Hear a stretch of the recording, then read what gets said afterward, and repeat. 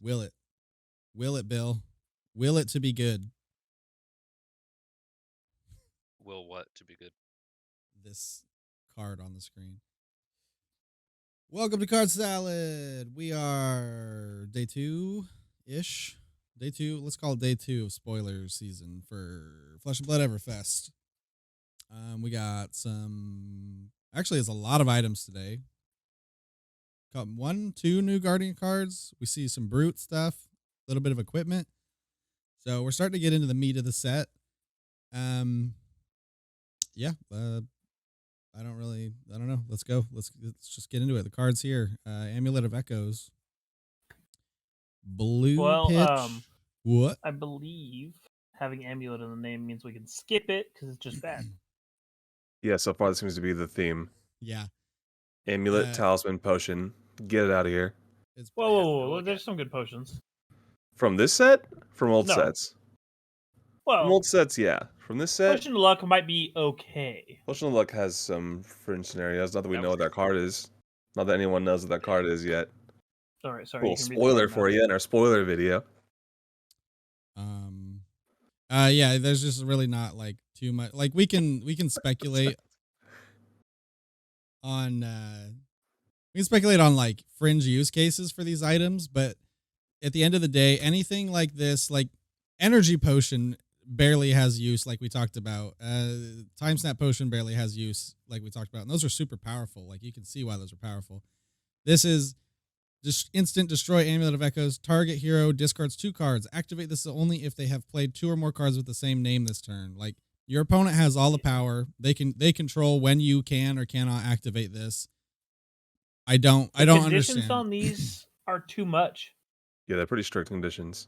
This is like a chain counter that came 2 sets too late, and now Seeds of Agony is banned anyway. So like, I suppose if you think about what Chain was doing, playing that card over and over again, maybe this exists just in case that happens again. And so you have some potential anti-play a bunch of the same card tech. But as far as the metagame exists currently, this is absolute trash, and you shouldn't play it. Yeah. I've been trying to think of a reason to use this card. Coming up. No idea. Ones all around? Yeah. Yep. I'll give it a 2. Whoa. It's blue. It has go again. It's blue. It has go again. And that's literally the entire card. Everything else is irrelevant on this one. I think it has uses. Let's go for it, Mitch. I expect to see this in your deck, Brandon. Whoa, I don't run 2s. Strictly 4s and up. Let me see your Prism deck. Hey, come on. This is what going to be rude. I'm not even sure how high I would rate this if like Chain was still a monster with Seeds of Agony, like because you have to play this down. And so you're basically carving out slots, or you're adhering to this game plan of like ultra fatigue or just wait out the storm. I don't know. This would obviously be a good counter card, but like how much worse are you making your deck to include cards like this? So I don't know if they'll ever be good. It seems fairly easy to play around too. Oh yeah, like I was saying, the only time you'd get use out of it is like by hampering someone like Chain, because he wants to activate Eclipse or something. He wants to play all of his Seeds out of the banish zone, assuming Seeds wasn't banned. So like that would be a good card to sit on the board and be like, if you do that, I'm gonna rip your hand away. But whatever. Battering Bolt, a Ranger 2 cost arrow attack. This is a Majestic, so you're only going to see this in red. Can only be played from Arsenal and only if you control a bow. When Battering Bolt hits a hero, they reveal their hand and discard all cards other than action cards. They then they lose 1 life for each card discarded this way. 6 attack base, 3 block. Yeah, so basically it hits all the reactions. Attack reaction, defense reaction, and instant. Everything else will stay. Yeah.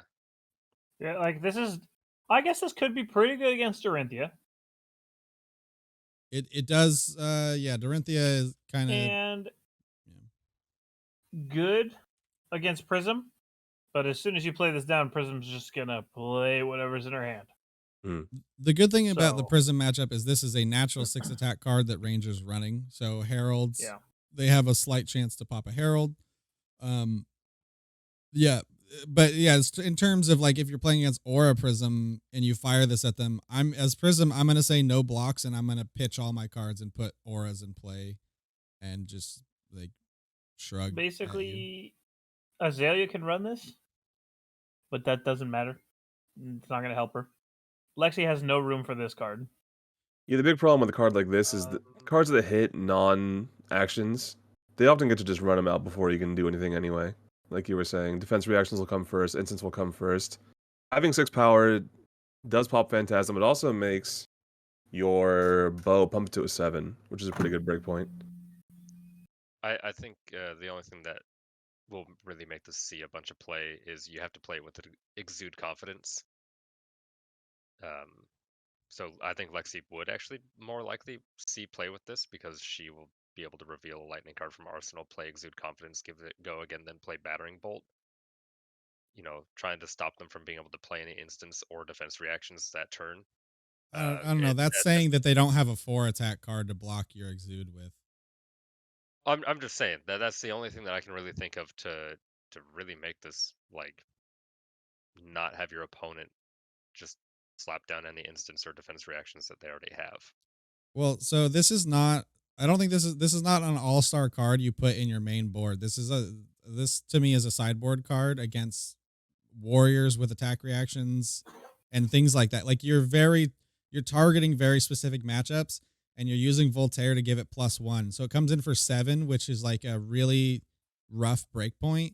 And someone like Dorinthia, you're basically saying, Dorinthia, you need to commit blocks here or I'm going to discard your whole hand. So it's really powerful in those matchups. You're not using this in every scenario. Like it's a 2 for 6, which against like a lot of your matchups, you're kind of just, it's too slow. It's like a little too clunky, but you like Dorinthia specifically, and I can't think of anybody else, but I'm sure there is. This would just be like a really threatening card for that class. So, and if they attack me with this, I'm just gonna take the 6. As Reinar? Yeah. Yeah. I ain't got nothing. Take 6? Okay.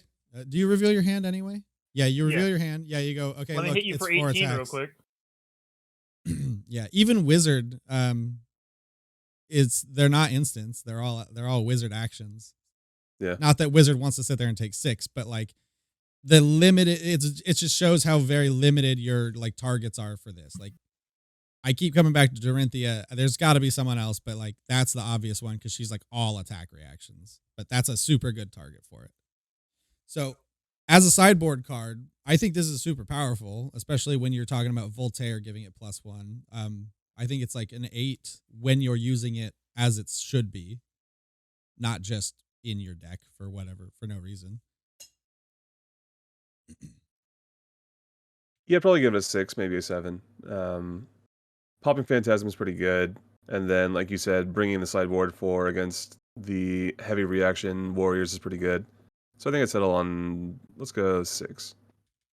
5. Wow. I got a 5 as well. The thing is, it's an arrow, and I just don't think arrows are very good. Unfortunately, yeah. Your rates aren't any better than everybody else, and yet you have another requirement to play every single arrow. I think in the context of like Lexi specifically right now, because we haven't seen like a new ranger weapon or anything, that this is like a pretty high level card in those specific scenarios. So that's why I give it a little bit of a higher score. Moving on. It's okay to be wrong. Ooh. I know you guys can be wrong. It's okay. This card, though. This is a good one. Dude, I cannot wait to have this on a playmat. I can't wait to put 3 copies of it in my deck and just slap someone with Phantasmaclasm, Fractal. Yeah, so we have our first Illusionist card of since Monarch. Fractal Replication, Majestic. So it's only in red, costs 0, has no attack value, no defense value. When you play or defend with Fractal Replication, it gains the abilities and effects of all Illusionist attack action cards on the combat chain. Fractal Replication's attack is equal to the greatest base attack among Illusionist attack action cards on the combat chain. Fractal Replication's defense is equal to the greatest base defense amongst Illusionist attack action cards on the combat chain. So, from my understanding of talking to someone who maybe knows the rules, that you can defend with a card and this at the same time, like block with something that blocks for 3, and now this has 3 defense, block with this. You don't have to they don't have to have go again and you block here and then down the combat chain. Now it has 3 block. It updates Yeah, on a in second real link. time. Yeah, you can play it on the first combat chain link, or defend with it. But I kind of want to never defend with this. The attack is so powerful. I want to sit on this until I see Erudition or Phantasmaclasm because this thing is just bonkers. Yeah, I mean, imagine multiple eruditions pumped into this card, like in Dream World. Yeah, like you did Erudition. They blocked both of them somehow magically, and then you pop this one down, and it's like draw 4 cards if it hits. Ugh. Go again, go to Soul. Yeah. Seems pretty good. So It also is a pretty good blocker in the mirror. I know you don't want to block with it, but in the mirror it says on the combat chain. So this by itself will pop Phantasm if they're swinging with any yellow or red herald. it's an illusionist attack, so no, it won't. Phantasm is not illusionist attacks. Oh, You even never play this- mind. You can play this game. Yeah. Have you ever topped an armory event? The Arsene is just not very competitive. Yeah, I don't think this What are you, requires 8 much now? thought. I give it a 9. I'll give it a 9. Yeah, I don't think it's because you have to combo with stuff and it can get Yeah. kind of complicated. So it's definitely not like a raw 10, but this thing's ceiling is galactic. Yeah, and amazing art. Yeah, love the art. This thing just does so many. It opens so many possibilities. Like my favorite is Phantasm, just straight up Phantasmaclasm. Like if you were running an EPOT or Tunic or something, you could pitch 1 yellow, play Phantasmaclasm, and then like 2 or 3 fractals, and just throw 27 damage at your opponent Or- and fix their hand over and over. Phantasmaclasm in Arsenal and a blue in hand, It won't have go again. right? You have to have a yellow. And Oh, pitch right, them. you have to give a yellow. I mean, you can pitch a yellow and then a blue, but like in terms of like efficiently, if you wanted to play all 3 of them after Phantasmaclasm, you would need to Yeah. do a little bit of math fixing there. But like you can do that play. It's just crazy. It'll be 9 for 0 cost. And then yeah, if you there's sometimes Prism will have a gigantic turn where you do like double tome and you just fire off like 3 or 4 heralds. Which this could copy all those abilities, but the interesting thing is that when the light illusionist cards go to Soul, they're no longer on the combat chain, so this won't copy those. So you kind of its power level is kind of curbed by the fact, or in the current understanding of illusionist with Prism, like if they allow that card to hit, you can't copy it. So that's why it kind of works best with Phantasmaclasm. Or, interestingly enough, Phantasmify makes cards illusionist. So, the prime example being Command and Conquer for 11, and we think you can crack Dreamweavers, remove Phantasm from Command and Conquer, come in for 11, go again, and then play this for 0, and it would be 6 with Command and Conquer's effect, which is, so you can do some pretty wild stuff with this card. Interesting. Brandon, what's your score? 9. It's got to be a 9. I mean, the ceiling on this just gets higher and higher as we get through more and more illusionist attacks also. Oh, yeah. Especially like raw illusionist, like base illusionist class. Mhm. He's like 4. Doesn't block. 4. It doesn't block. I think. I mean, I clearly don't play Illusionist, but I think it's an 8. I think there might be a little bit too much setup with it, but yeah, I don't know yet. It definitely is very good. I really wanted to remove him from the chat there after he said 8. Just move him out of the channel. I mean, baseline red Wartune Herald fully blocked into Fractal. Starting 14 for 1 resource, and you can pop hero power. 14. Red Wartune 7. Oh, This will copy it. Yeah. I actually mostly like this with regular Illusionist stuff because you don't have to worry about your cards going to soul. So like you could play the 2 for 8. What is it? The Chimera? Enigma Chimera? Yeah, Enigma. Yeah. So like 2 for 8. If that doesn't pop, you follow this up with 0 for 8, and then like it's just profit. It's so good on regular Illusionist stuff. Anyways, moving on. All right. Helm of Sharp Eye. This is a super, super interesting piece of equipment. We have a Warrior Head Majestic equipment, 1 block with Battle Worn. Attack reaction, costs 1. Destroy Helm of Sharp Eye. Banish the top card of your deck. You may play it this combat chain. Activate this ability only if you control a weapon with attack greater than twice its base attack. Attack greater than twice its base attack. Oh wow! So you have to like Dawnblade. Yeah, Dawnblade has to be at 7. I thought it was just 6. I was like +3, baby, all day. Like, yeah, you have to be at 7 with Dawnblade specifically. How does this work with Raiden? Well, I was thinking too. Literally 1. Are you there? I would assume so. 1 is greater than double. Yeah. Yeah. I mean, 2 times 0 is still 0. So that's pretty cool. That this opens up more of Bolton's play lines, right? Because there is some Raiden stuff that you can do that's decent, and then there's OTK Sabers.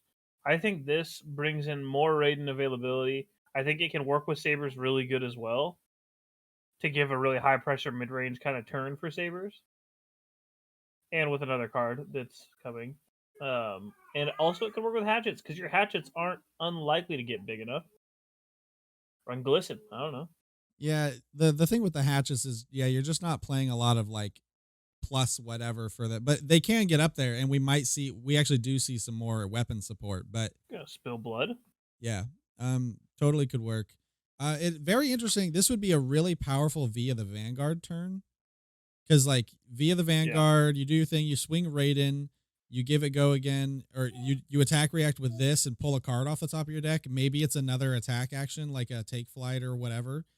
That would come in for another handful of damage. Like this makes just like one really, really solid turn. But I mean, what are you replacing in Bolton? Skullcap? Yeah. Right? You lose 2 armor and you gain like a pretty explosive turn once per game. Mm-hmm. You destroy this, right? Yeah, you destroy it. Yeah, seems reasonable. But you can block with it and then... But you can totally whiff on this too. Like, what's the worst card in your list you could pull off with this? Beacon of Victory. If you've got Soul, you get to play Beacon, right? No. Why not? Isn't it? Oh, you can play anything. Yeah. One of the 1 attack cards. Which unfortunately is a few. You're not really running the blues though, right? Yeah, Bolt of Courage. Oh, in OTK, I guess, right? Oh, yeah, I guess. I think mid range doesn't really have the blue ones because they don't have enough things to pay for with blues. There's really nothing that's bad enough to where you're not like, just another attack. Here we go. If you hit like a defense reaction, if you happen to be running those, or just some like tertiary support card, hitting a V for the Vanguard on this could be pretty bad. Yeah, if it's capping off your turn. Yeah, I mean, you just, if you have the resources, you just swing another attack. It's like worst case scenario. If your deck is built to not miss, you're like another mediocre attack. It's like it's okay, but it's not stellar. I don't know. I'm at like a 6 on this. I think it's cool and can be really powerful, but I think playing off the top of your deck is never the most consistent thing, obviously. Yeah, I agree with the 6. That's what I was thinking too. I'm just gonna go with you guys. I don't know Warrior very well, but it seems like pretty good. I give it a 6 also. You could also play a Command and Conquer off the top of your deck. Yeah. I think this is. I think it's a card that you're really going to be doing some pitch stacking for. You're going to try to build a late game scenario that you're trying to pull off with this. I don't know how much you're really just going to YOLO with it. I think most people who are going to play this are going to kind of have a really good idea in mind. I don't think it's going to cause any warriors to go and start running abilities like what is it, Wisp of the Oracle or anything like that. But I think I think it's going to lead to some interesting deck building. I don't think it's game I breaking. tell you what, but- dream scenario. I'm running this in OTK Bolton, playing against an old him. They ice react me. I put Illumina on top of my deck and then crack this. Yeah. Wait, That's- but how? So what? You have the other two Luminas ready? Because like you need your sword has to be one more than wait. or one. No, your sword has to be more than double. You're not running Raiden in OTK. Yeah, but Bolton, they blocked with attacks. And it's Saber's activated. But if you're only double Lumina, Then you can't- I could beacon. Because You know, I would have to beacon, go get Illumina, Oh, then they okay. ice Right. react me. If you beacon. Then I put He it said back on. dream scenario. Okay. Okay. Yeah, Okay. yeah, all right. it's a all right, dream all right. scenario, All yes. right. All right. All right. No, I don't think you're pitch stacking for this. I think it's possibly a game ender, like a little bit of a. It's like this turn needs to be a little bit better to put me in a winning position, and so you pull something off the top. You I can don't- 3 to 5 damage more through. Yeah. Or it's crazy in Dorinthia. It could be that could be too because she's full of attack reactions and like Dawnblade. If Dawnblade's swinging for 7 and you're activating this, you pull another like +2, +3 off the top. Like Dawnblade's gonna be a monster. But I don't know. Yeah. So So the 6 as six. well. Fun card, and like we said, we welcome more helm spots. Yep, Mhm. super fun card, and I'm interested to see if there's anything crazy with this or if it's just like a solid addition sometimes. 10. Let's move on. Okay, giving it a 10, moving on. 10. All right, in the swing. High roller. 0 cost, rare, brute action. Blocks for 3. Can you imagine? Bill, this card blocks. Whoa! This is a non-attack action. Intimidate. If you have rolled a 4, 5, or 6 on a die this turn, instead intimidate twice. Go again. So, interesting. A lot of people are like, oh, wow, it's such a bad, if you have to roll. But it is just a 0 intimidate go again. Like, that's what you would play it as. You wouldn't play it as a potential 2. You're just thinking 0 intimidate with 3 block. The downside for it, it's a red. We don't want reds in very often in brute. So But do you... I think because it's got the candy on top of when you're deciding to go for that hard turn and you roll that 4, 5, or 6 on scab skins, this starts you off real good. Oh, yeah, you think you take half their hand right away. You think the yellow Listen to Blood Rush? If you've rolled a 5 or a 6, and the blue is going to be if you rolled a 6 this turn? Probably. I didn't even think about the fact that there was going to be a blue or yellow. Yeah, I'd probably run yellows. 5 or 6 is good enough because, yeah. I don't know. It's interesting. Do you think you just use this as like anti-control, just to like Yes. to help bleed damage? Like you're not running. I think this it in would main... be for Oldham and Bravo, basically. Not hard matchups in the first place for Reiner, but actually might help with Levia against Oldham and Bravo. It's super interesting. We've talked about cards before that don't do anything, like no damage buff. They just have an effect. But like intimidating does have its uses. This will be Intimidate can count in situations as 3 damage. Yeah. Yeah. Brandon, I think I give it a 6. any thoughts whatsoever? There's no thoughts in brute, but Good Yeah, answer. no. Mina, Realistically, thank me. it depends on if there's a list that wants to be rolling scab skins a lot. I think this seems really good. You don't really have a lot of ways to roll. If you're playing KO, this seems way better. You're just rolling every turn anyway. Yeah. That's a good seems like point. a pretty decent card overall. This is like auto including KO. That's a great point. It's going Oh, right yeah, in my for KO sure. deck. I'd probably give it like a 6. I'm gonna say whatever Bill says. I said 6. Oh, okay. 6. Yeah. Oh. All right, and we're on In the Swing. Dope looking card. 0 cost. We got a lot of 0 cost reds in this set so far, like a ton. Or blue useless items. All right, 0 cost. Warrior attack action common. So presumably +2, +1 on the yellow and blue. Blocks for 3. Play In the Swing only if you have attacked 2 or more times with weapons this turn. Target weapon attack gains +3 attack. Not bad. On the second swing of Dawnblade, this is active. On axes, this is really good axe support. Because you're looking to swing both of those whenever you are going to swing a weapon. So this just fits right into that. Again, I think it's the same situation. Opens up more play lines for Bolton. Mm-hmm. Like playing this on a Lumina turn with Raiden too. Mm-hmm. That feels amazing. Like if you V for the Vanguard Lumina, or V for the Vanguard and then Lumina and then Raiden, and then you Raiden again and play this on it, like pretty good. That's your 4-card hand. That's all you need. Would you put this in over the charge one? Wait. Oh, right. Lumina, you're swinging Raiden again. But he already has an attack reaction. If you've charged this turn, give +3. Would you run this over that or in addition to?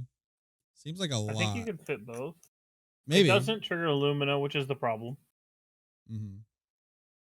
But I just think it opens more play lines. I think it's suited more for axes or Dawnblade currently. Yeah. Do you want this in OTK?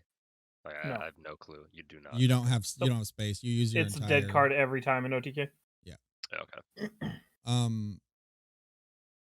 This is Iron Song response, but you don't have to wait for them to trigger reprise. Like as long as you as long as you attack a second time, which is a little more in your control, you get the +3 for free, which is pretty good. Lightning Press is a good card, right? Yeah, and Iron Song response is played, and I would call this card a 7. It's playable. It's probably going to go in decks. I'm going to give it an 8. Yeah, I think for the decks that really want this, like Dorinthia and Kasai, this is probably an 8. Oh, I didn't think about Kasai, yeah. Oh, yeah. Yeah, I'm always thinking about Blitz. I'll split the difference and go with the 7 as well.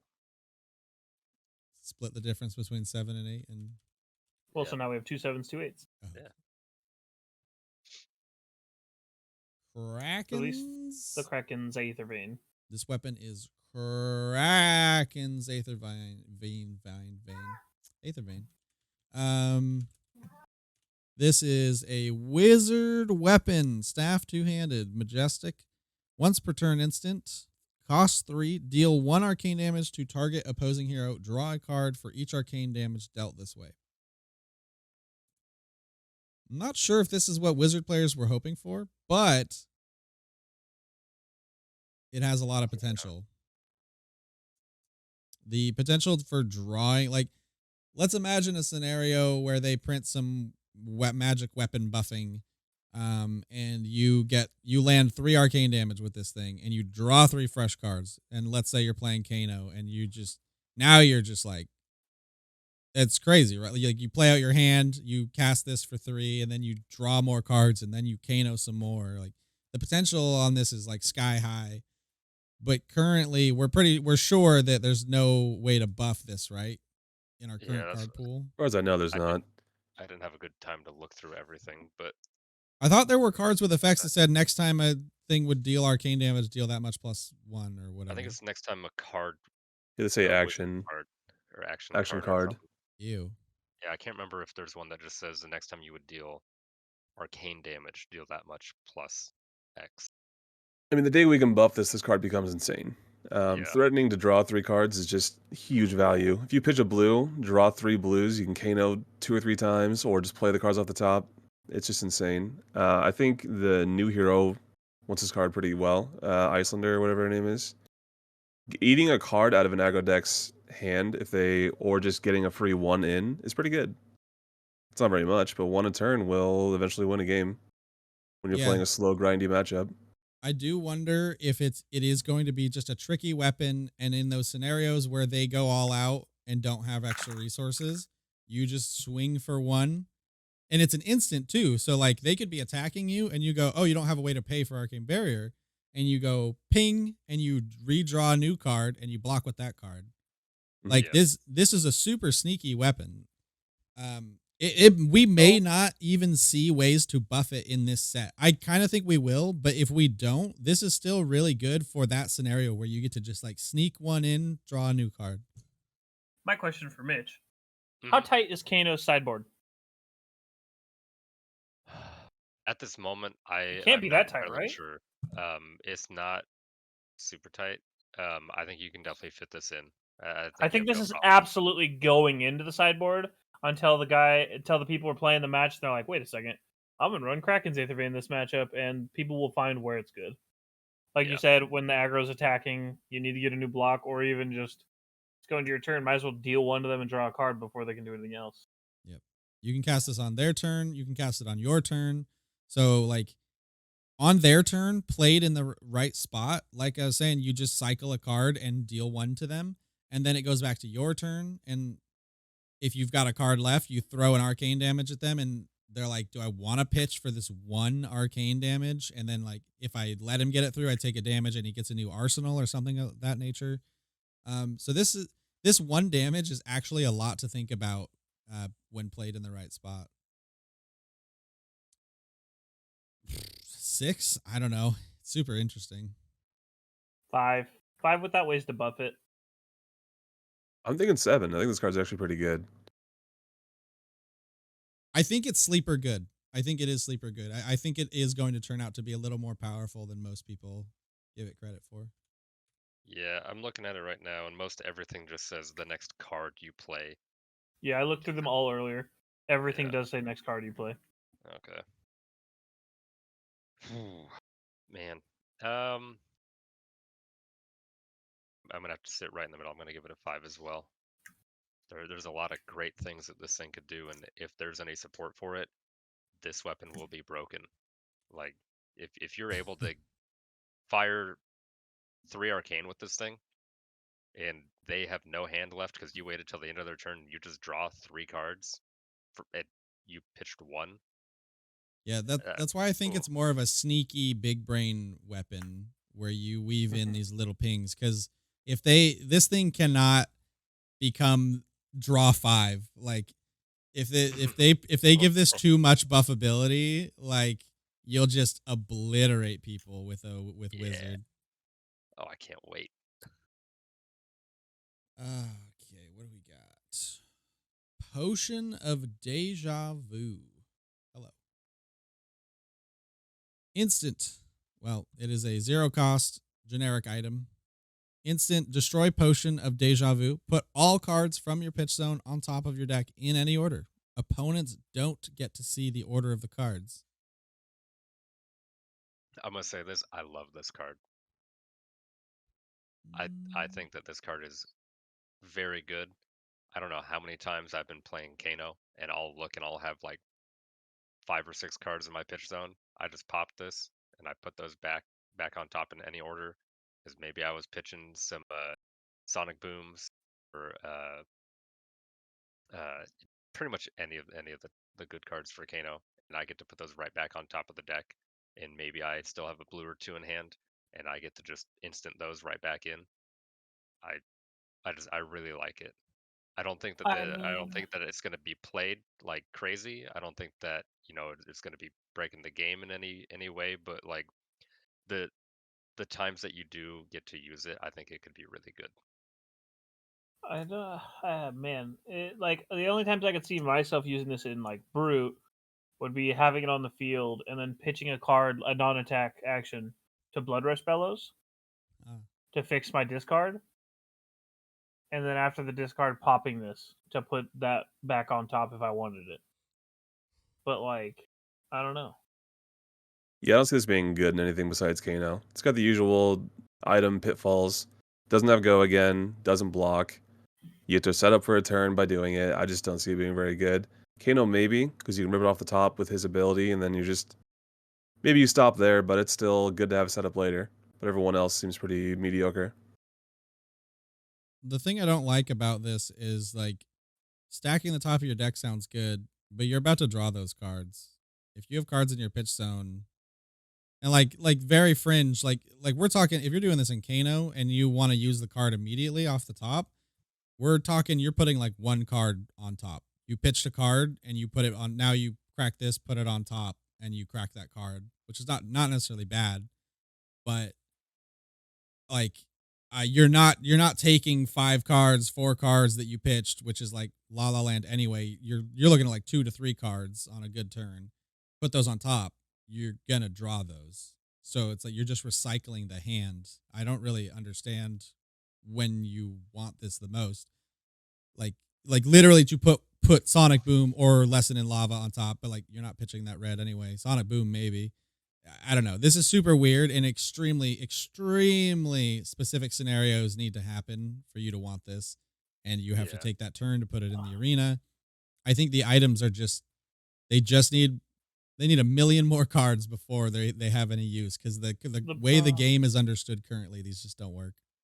The problem is items are too slow, and the only time they're used, as we go back again to Energy Potion Time Snap, is for a safety net. They're just a safety net. And these new ones are not giving you any safety. They're supposed to be aggressive actions, but you gotta play it, then you gotta pop it, and it's like they're at least instants for these ones, but it's just I don't know. Doesn't seem worth it. This, if this gets used at all, it's some kind of combo deck. For some reason, some way, I don't know. You don't include this so that somewhere in the mid game you reset. You're like, ooh, I don't want that card to go to the bottom, but I have to pitch it here. Like Prism, you like pitch Herald of Erudition because it's your only yellow, and you're like, I'm gonna put that. Have 3 of these on the field and just recycle. I have Ophidia 3 turns in a row. God damn, you're smart man. Arcanite Shard. You could use it against heroes that are going to be sending arcane damage at you. You know, you got that on the field and they're sending arcane at you, and you go, man, I really don't want to lose these cards. I need these for this combo this turn. Then you go, oh, never mind. I'll just go ahead and pitch to pay for the arcane, block that, and then I pop the potion real quick. Oh wait, no, because you won't be drawing. You won't be drawing up. Yeah. But they'll at least won't be at the bottom of your deck. Yeah, but that's what I'm saying. You're not including this so that you may stop a card you want from going to the bottom. Like that's just ludicrous. I'm gonna give it a 2 for potential combo. Yeah, I'm giving it a 2 for potential combo potential, but no, it's 2 because it's no Amulet of Haven call. It doesn't deserve a 1. That's our 1 bar. I'm giving it a 5 because of wizard things. Wow. All right, you better be. You can tell he's a masochist, everyone.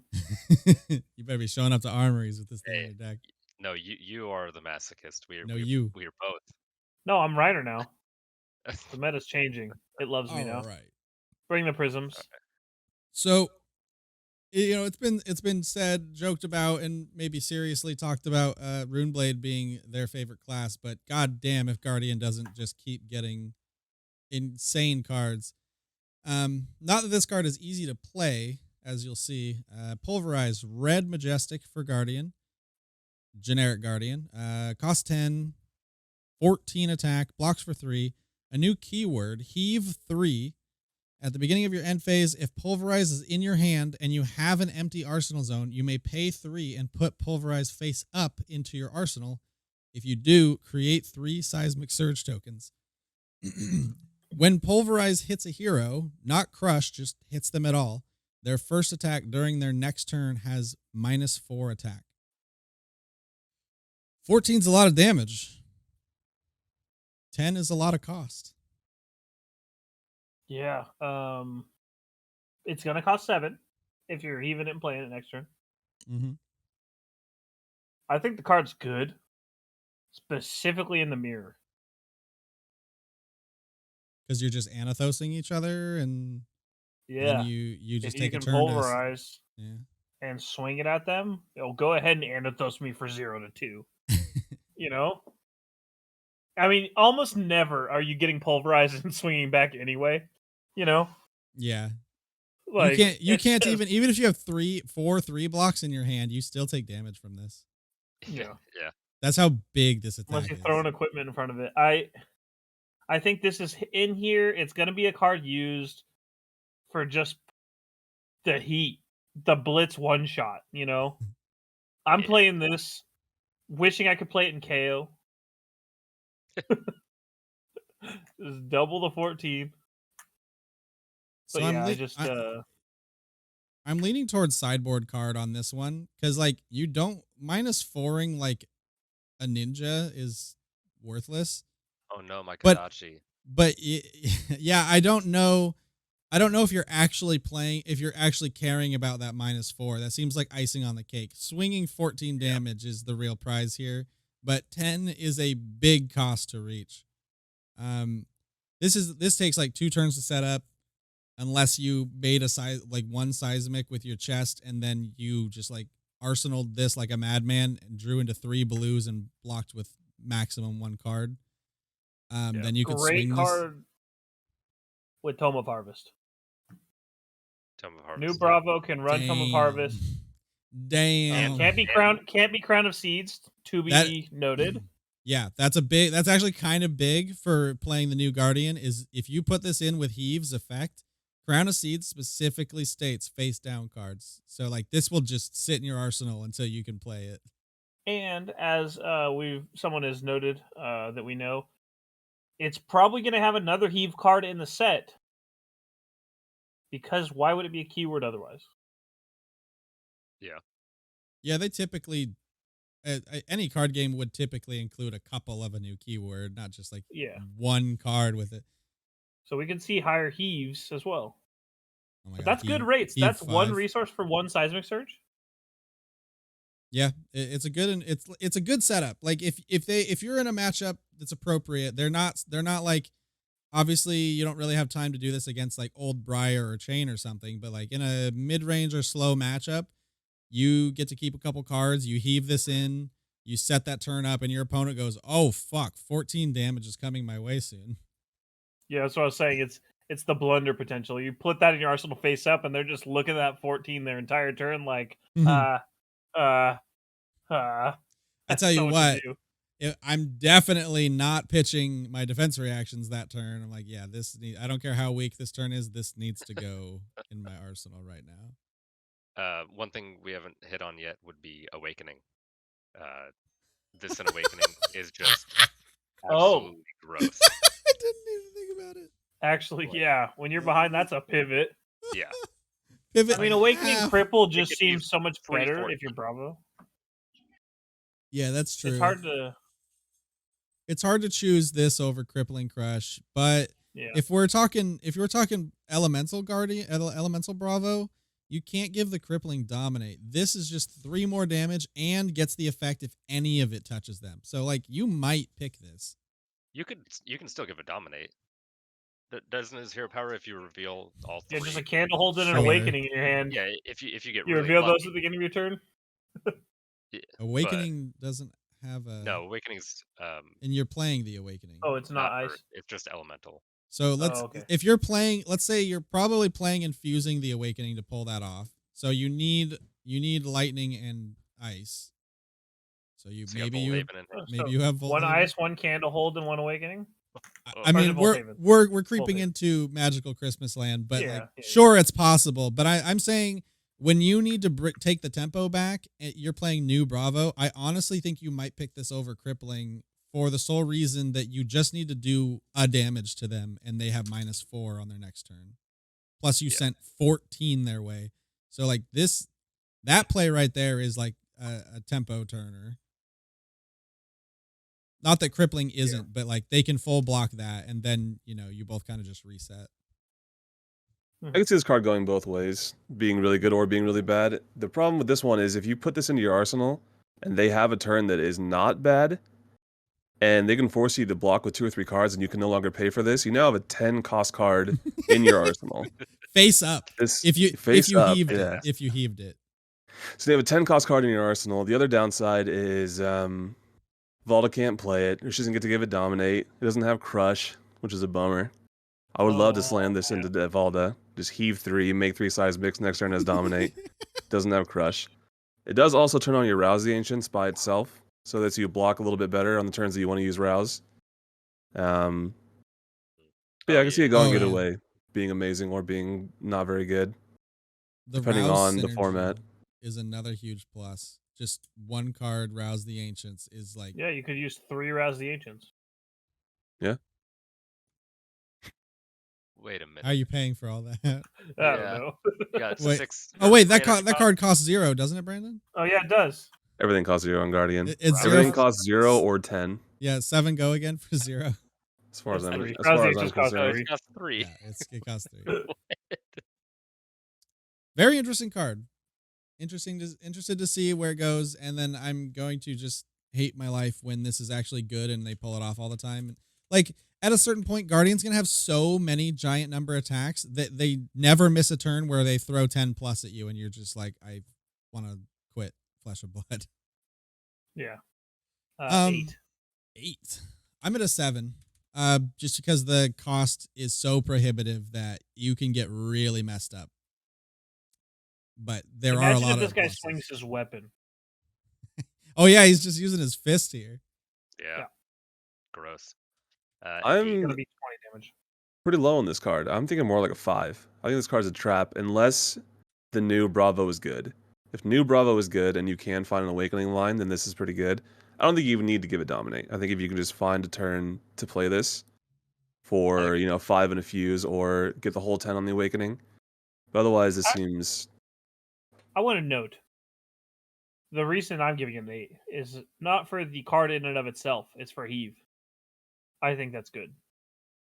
He was cool. You don't With have to the necessarily ability use... to get it out of your arsenal. Yeah. So it's not going to be good in normal Bravo, Showstopper. It's not going to be good in Valda. But I think it's usable in new Bravo and Oldhim with Tome of Harvest. I think it's going to be I think pretty good. Does Tome of Harvest not need to be face down as well? No, I believe it's just put your arsenal Just on looked the it up. bottom. Nice. I had a thought. Oh yeah, rename this card to Sneaky because it's a. I already forgot what you said. Oh, you said it's a trap. A trap? Yeah, the joke's passed. It's already gone. Good one. Skull That was a good Crushers. Skull Crushers. 10. Yes, of course. Of course it's a 10. But let's read the card anyway. Whenever you roll a 5 or a 6 on a die, your brute attacks gain +1 damage this turn. Whenever you roll a 1 on a die, destroy Skull Crushers. Battle worn with 1 block. Is it a 10? Now that I've read the card, is it still a 10? I think it's a good card. The unfortunate thing is, I guess it doesn't matter. You can't have gamblers hand this. Yeah. I was gonna say if you were able to reroll, it doesn't say if your result is a 1, so the reroll would still destroy it. Yeah. Whenever you roll a 1, I think you're gonna run this at. I think it's gonna be run, and I think you're gonna block with it early just to get that extra 1. Yeah. Because you never know when you're gonna roll the 1. Yes, and then it's just there because you're not rolling Scab Skins in the beginning of the game. You're not rolling Arg Smash in the beginning of the game, so that's not happening. KO is not gonna run this because you're gonna destroy it turn 1. But I think it's a good card. It gives us more block on our gloves. There's matchups where we're not even gonna roll Scab Skins. Generally, Old Briar was you're never rolling Scab Skins because you're planning to play with 2-card hands. So it's just a better block if you don't think you need the Null Rune. It's not game breaking, but I think it's pretty good. I don't like this at all. I think +1 is really underwhelming for the chance that your gloves just blow up before you get any effect out of them, and you have to roll really high to get its effect. Yeah. Unless we we flip see a coin to see who starts the game now, because you roll a 1 on seeing who starts the game. Got to blow your gloves up before you start. I like. Okay, so here's the thing. This turns your most brute cards from a 6 to a 7 attack, which is good. Like 7 attack's a great break point. Brute has no on-hit effects. I don't give a fuck. Like I don't care the attack Oh, comes in. it doesn't. Let's 6 to 7. Let's not think about that. It makes Alpha Rampage a 10. Well, then this card is a 10. That is half your health in Blitz. The +1 is just so underwhelming to me. It's good that this blocks for 1 and has Battle Worn, and you might get extra damage out of it. It's a Majestic. It's not a legendary piece of equipment. I honestly think it lines right up with what Majestic equipment should feel like, until you look over at like Courage of Bladehold and you're like, wait, that enables OTK Bolton, and this enables Brute to do 2 extra damage in a game. And Yeah. it's not even all attacks, so like CNC doesn't even come in for 7. I'm super underwhelmed by the positive effect on this. At the very worst, it's an Iron Rot with a maybe effect. Yeah. And You Brute know? doesn't, I mean, like, And you it can looks you cool. can argue that Gamblers is more useful just to save yourself from losing on the spot, but I mean it's more useful than Iron Rot. So yeah, it's like I'm at like a 4 on this. What do you give Iron Rot in Brute? What's your rating on Iron Rot? 3. So this is a 4? Yeah. Because this does not seem a whole lot better. I would give it a 4 too. 5. I'm 4 gonna seems give it a fair. 5. I'm gonna give it. I'm gonna give it a 5 as far as actual reality, but Bill is giving it a 10 because I finally don't have to wear gambler's gloves, which do not fit the persona of Brute at all, and Yeah. people at our armories point that out every time. Wait, we're at those armories.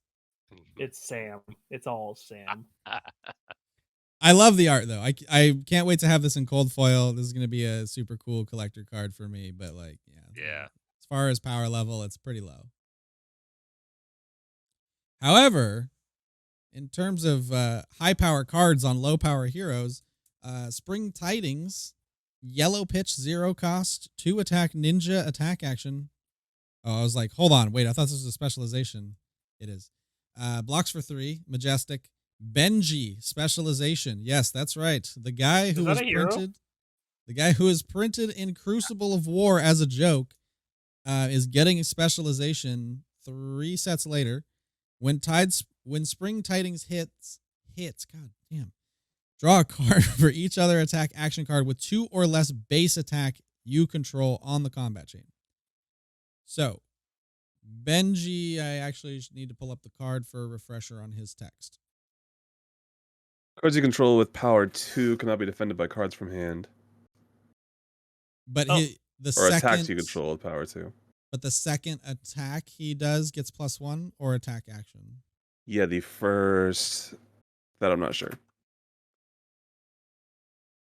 When attack action card you control hits, your next attack gets +1. Okay. So get this. Great turn here. Spring Tidings. Spring Tidings.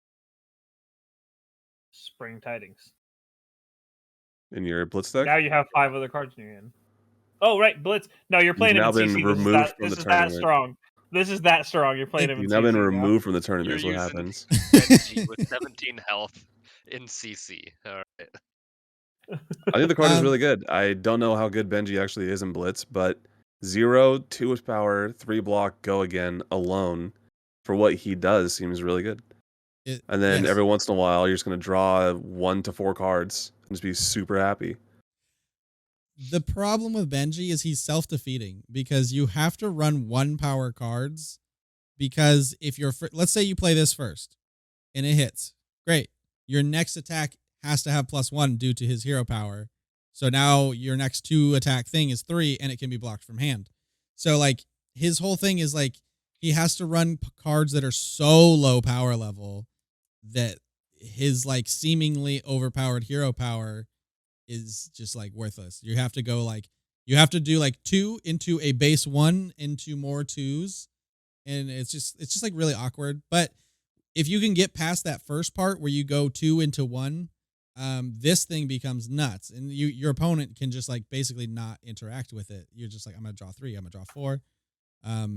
So yeah, the power level or the potential on this is like sky high. It's just that like you now have to crack Benji and you have to care about Blitz, and you also can just swing your Kodachi as a second attack. It won't draw an extra card for this, but it will get rid of the +1 if you want your next attack action card to be base 2. That's true. This is also just another card for Shiana, so that's pretty exciting. Getting more and more shapeshifter cards. I didn't think about that. Yeah, but how many other cards is Shiana playing with 2 or less base attack? Probably 0. So Built this is the deck a around it now. attack for 2. Let's go again in her deck, and that's it. No other text. For each other. Oh, it doesn't even draw off itself. No. Yeah. 2 for go agains. That's good. That's good. Blocks for 3. That's actually the best thing for Shiana is that this blocks for 3. Yeah. Soul Harvest man. blocks for 3. It's also a blue. It's even better, honestly. This is super hard to rate because Benji is a big old question mark. 5. The card's power level is high, and Yeah. so I'm gonna give it like a. It's 7. a draw engine. That's good.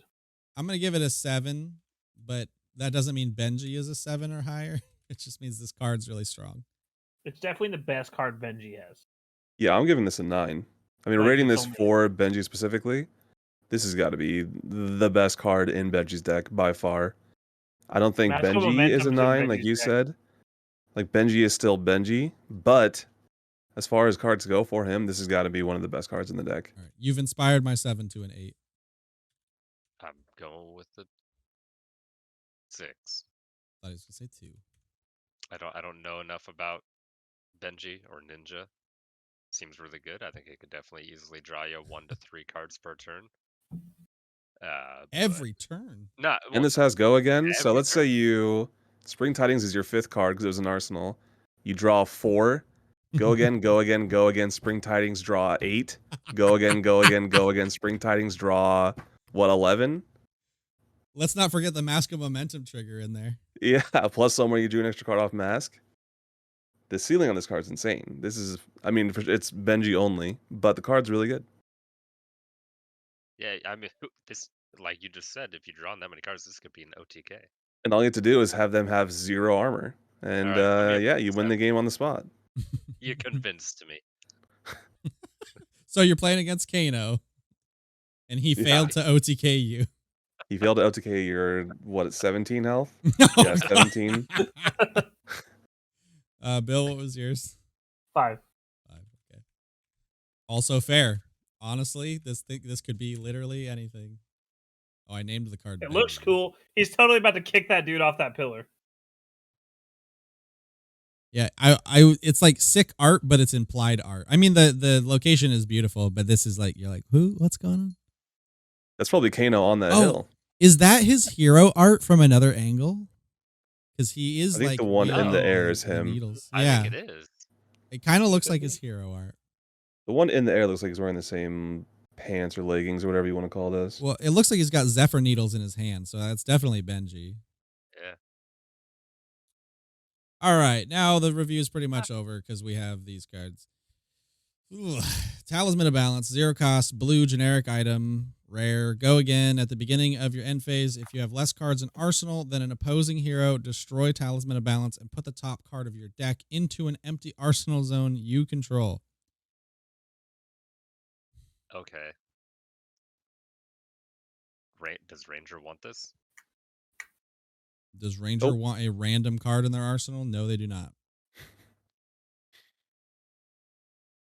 Yeah, that's the big issue here is that maybe Ranger wants it. I still think if you pick the card, it's probably still not good enough.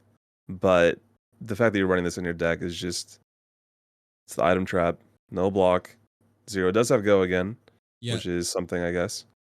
But overall, this card seems not very good. So the go again inspired me a little bit. I'm thinking Briar or some Runeblade because it's a non-attack with go again, and you lose a little bit of tempo when you play it because it doesn't do anything. But if you're like Briar, Half you make of an embodiment. you make half an embodiment, so it's kind of like generating tempo, and then later you get to set up a 5-card turn by cracking an extra card into your arsenal at the beginning of your end phase. Yeah, so you've used up your whole hand. You have no arsenal. They have no arsenal. And then you get to refuel another 5-card hand. So that No, is they have, kind of They interesting. have an arsenal. Oh, they have to have an arsenal. Yeah. You have to have Oh, less you cards have than them. less cards. Okay, so you meet them at a 5-card hand, or Yeah. they're about to go into their turn, probably blocked. So that's kind of interesting. I think right now I might consider experimenting with this one in Briar because of that half embodiment and setting up an extra 5-card hand somewhere in the game later down the line. I think it's the best talisman. True. It generates Oh, tempo it's later, blue. which is cool. It's not yellow. The fact that it has go again really saves it. If it didn't, I'd say absolutely never. I wouldn't even touch this card. But it does. No, yeah. I don't like it. Even in the Briar Dream scenario, I'm not a fan. 3. 2 for me. I'm also at a 3.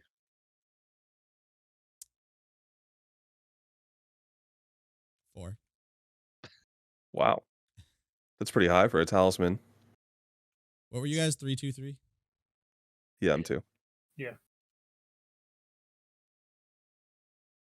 That might be the highest talisman, amulet, or potion we've given yet, a 4. Oh, that was the last card. Yeah, well, I see actual case like it gives you tempo back later. Like I think that's valuable. I think just out of nowhere refueling for a second 5-card hand in a row is good. I think it's good. I don't necessarily think the card is good, but I think that effect is good. Yep, that's all the cards we got today. Can't wait for tomorrow. The spoiler seasons are kind of weird. There's a lot of like trash cards like these talismans and potions, and then you get like 2 good cards a day, like those guardian cards.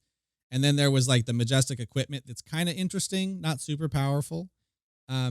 But regardless, I am super excited to see what tomorrow brings, and we'll be here to cover it. Thank you for watching, and I don't know. See you later. Bye.